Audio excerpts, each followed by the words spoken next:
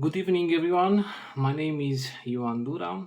I am Associate Professor at Faculty of Theology of Vidus University of Constanța, Romania, and I'm very glad to participate at this very interesting seminar regarding the values and the paradigm of new transhumanism, and of course the teaching of Imago Dei, the philosophical and also theological teaching about the image of God in human being.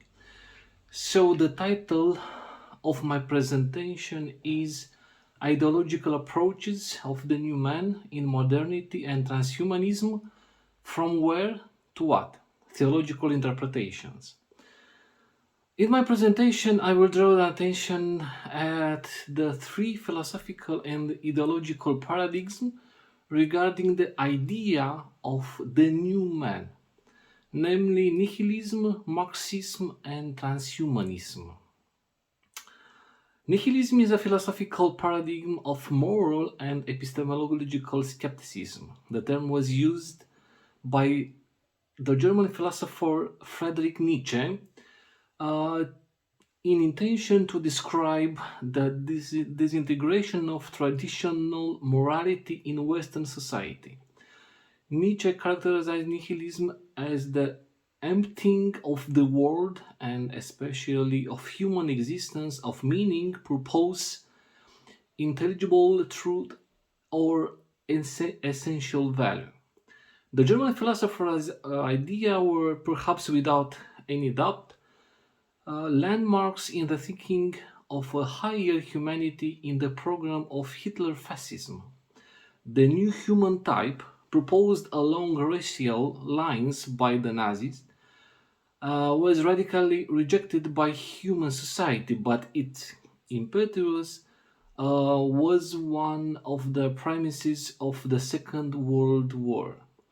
On the other hand, Karl Marx's communist philosophy also aimed at a mass change in human nature through the large-scale production of this communist consciousness.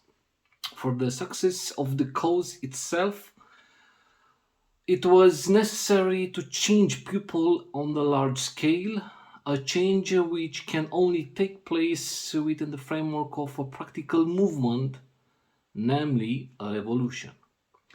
This revolution was necessary therefore not only because the ruling class cannot be overthrown in any other way, but also because only through a revolution can the class which overthrows it succeed in ridding itself of all the filth of the ages and become fit to found society anew. What is interesting to note in this intention is that the means used to form the new man are reduced to violence. The rethinking of the new man in modernity and in the transition to postmodernity was carried out through violence. These observations, viewed with the eye of discernment and objectivity, allow us to see the clear connection between nihilistic philosophy that reduces reality and human nature to the simplest possible terms, and the nihilist practice that similarly reduce the concrete human being to the worst form of abstractization. Eric Kachler realized the gravity and radicality of this reduction, even to the point of seeing in it a qualitative change in human nature. And I quote: the powerful tendency towards the disintegration and invalidation of the individual, which is also obviously present in the most diverse current of modern life, economic, technological, political, scientific, educational, psychological, and cultural, seems so overwhelming that we are urged to see in it a real mutation a transformation of human nature. The significance and implication of such mutation are profound, both empirical and theological. It is aimed at a supra-individual form of existence, an ideal of a social superman. The Newman, in nihilist paradigm, in the theological and social order, if I can say that, is the rootless man, discontinuous with a past that nihilism has destroyed it, the free thinker and skeptical human person, closed only to the true but open to every new intellectual fashion because he himself has no intellectual foundation. A kind of seeker man, after a new revelation, ready to believe anything new because the true faith has been annihilated in him. The planner and experimenter, worshipping the fact because he has abandoned the truth, seeing the world as a vast laboratory in which he is free to determine what is possible. The autonomous man, claiming the humility to demand only his rights but full of pride, expecting everything to be given to him in a world where nothing is authoritatively forbidden.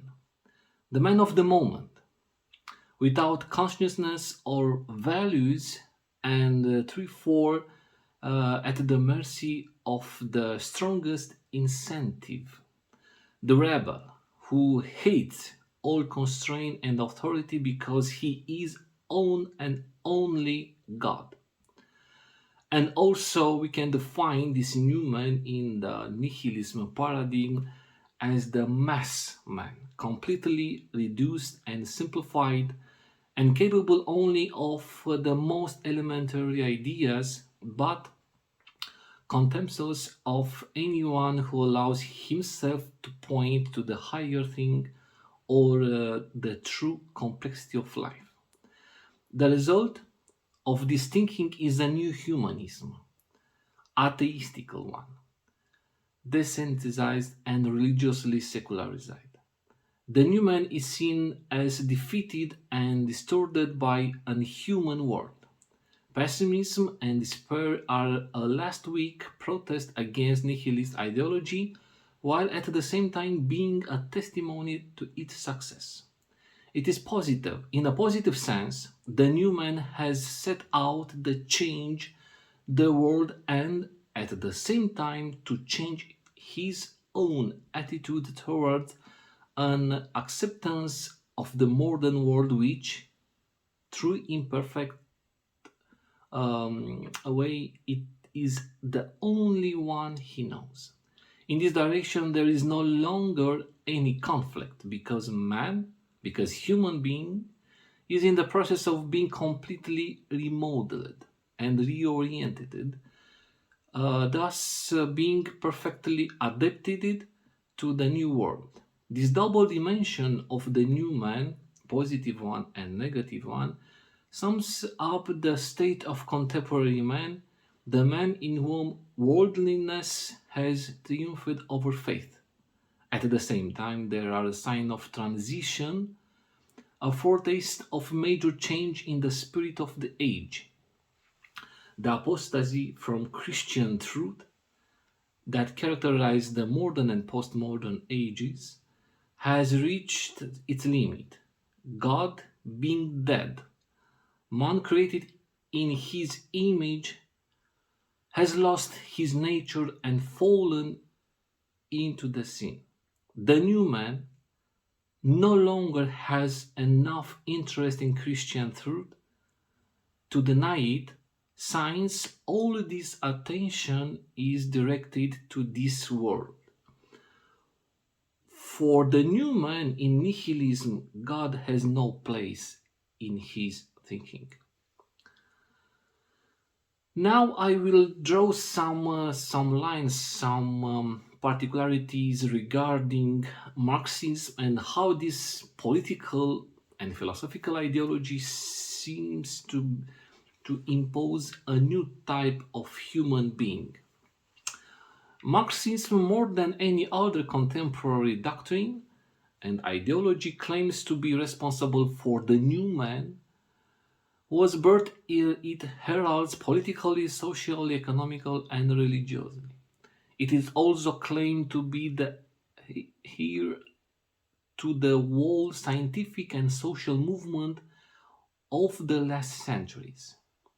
Of all the modern doctrines, it is the one that most clearly poses the problem of the total man and seeks to find a total solution.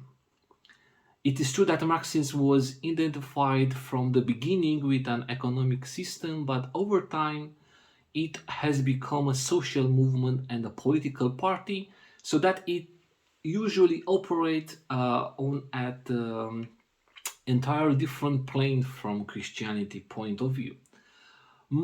Karl Marx criticized the French Revolution for producing only political emancipation but not necessary human emancipation. The revolution gave political freedom to individual citizens but did not make them true men beings living in fraternity with the others. Rather, it removed the barriers of selfishness and opened the door to its fuller development. Therefore, even after the French Revolution and its cry for fraternity, human being remained that kind of being's greatest enemy. The need for a change in human nature to complement changes in political structures has been a common theme in Marxism from the beginning. In 1843, Ludwig Feuerbach wrote, and I quote, "We need a new people.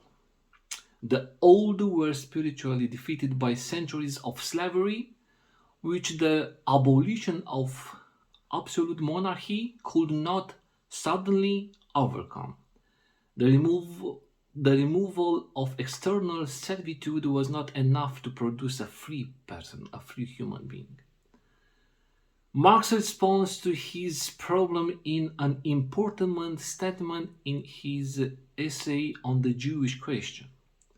And I quote from it: "Only when real, individual man, as an individual human being, has become a social species in his everyday life, in his particular work, and in his particular situation, only then will human emancipation have been achieved."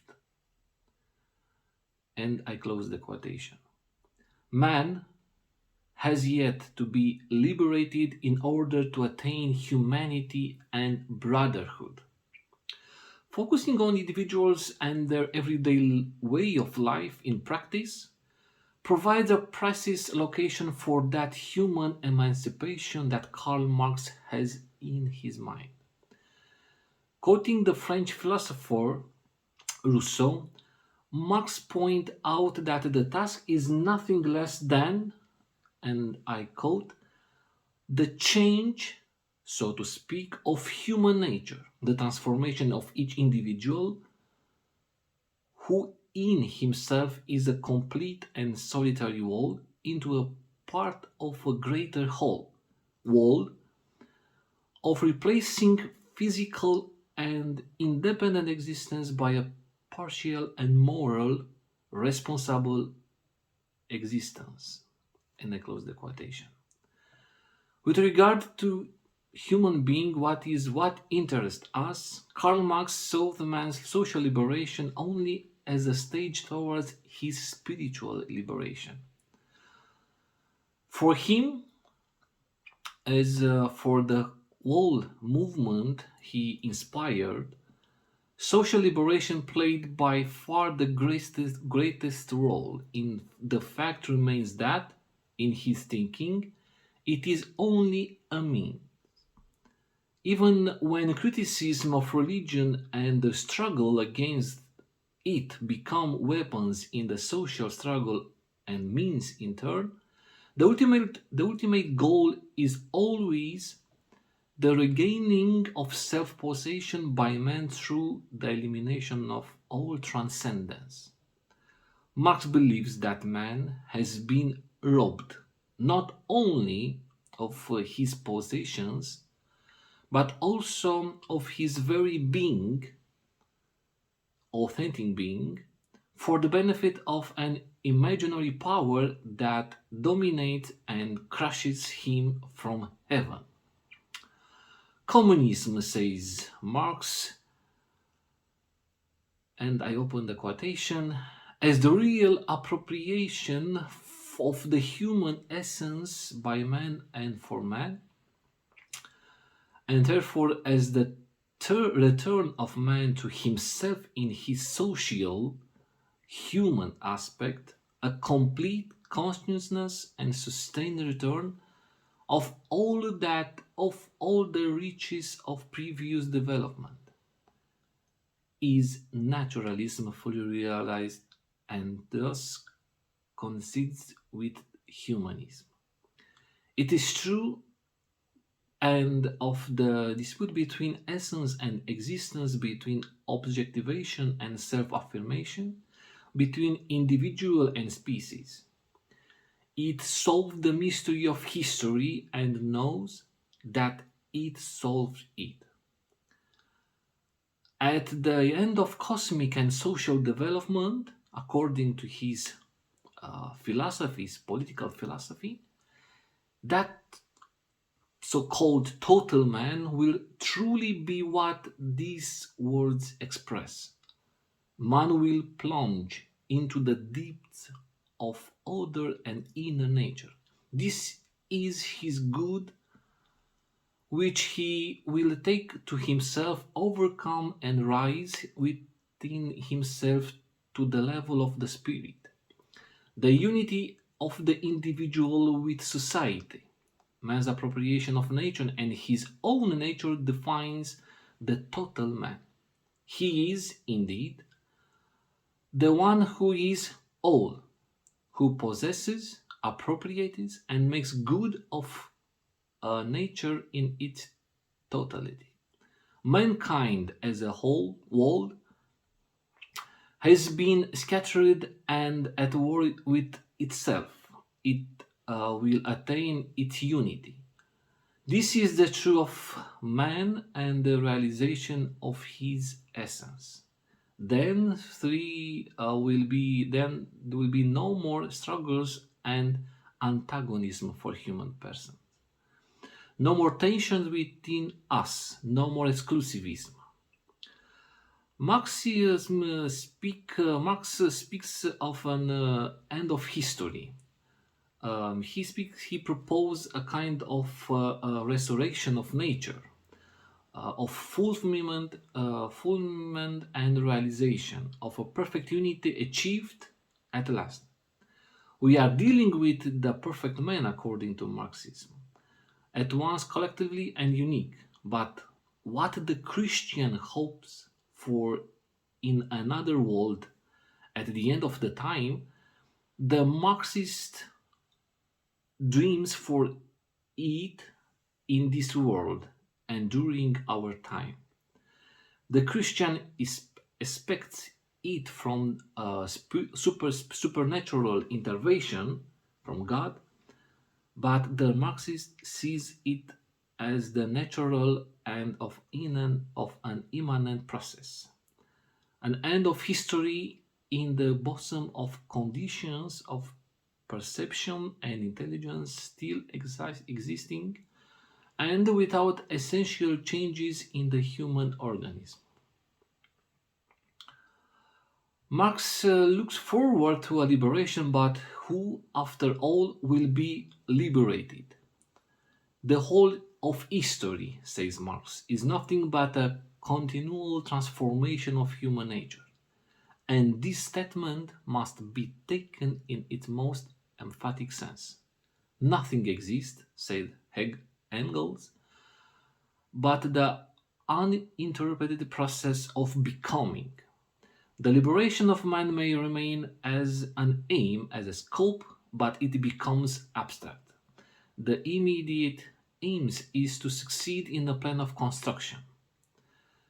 Thus, little by little, in the 20th century, an idea took root that contradicts all the strong liberal and anarchist tendencies of the 19th centuries. It is only renounced individualism and social sentimentalism, but is concerned only with the maximum productivity of the human animal in all-powerful technocracy.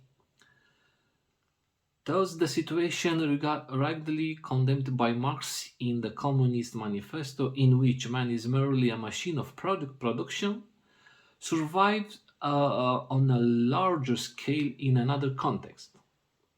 Real people are sacrificed, not even for an imaginary humanity, but for a faceless and heartless super society. The concept of man, of new man, through Haydn for a long time has become a public issue again after the rise of Marxism-Leninism to power in Russia. In 1919, Lenin said, "The workers are building the new society without having transformed themselves into new men, free from the filth of the old world. They are still knee deep in it.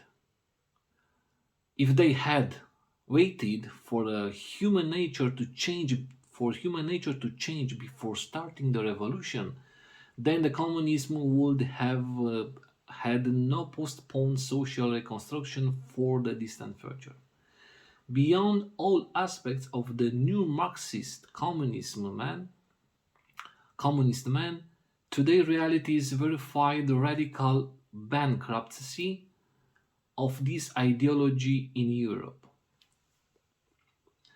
And finally, the current, the new ideological current of transhumanism propose us a different way to think the idea of a new man in the world of 21st century. According to transhumanism, um, human person, the man, is under a continually process of development.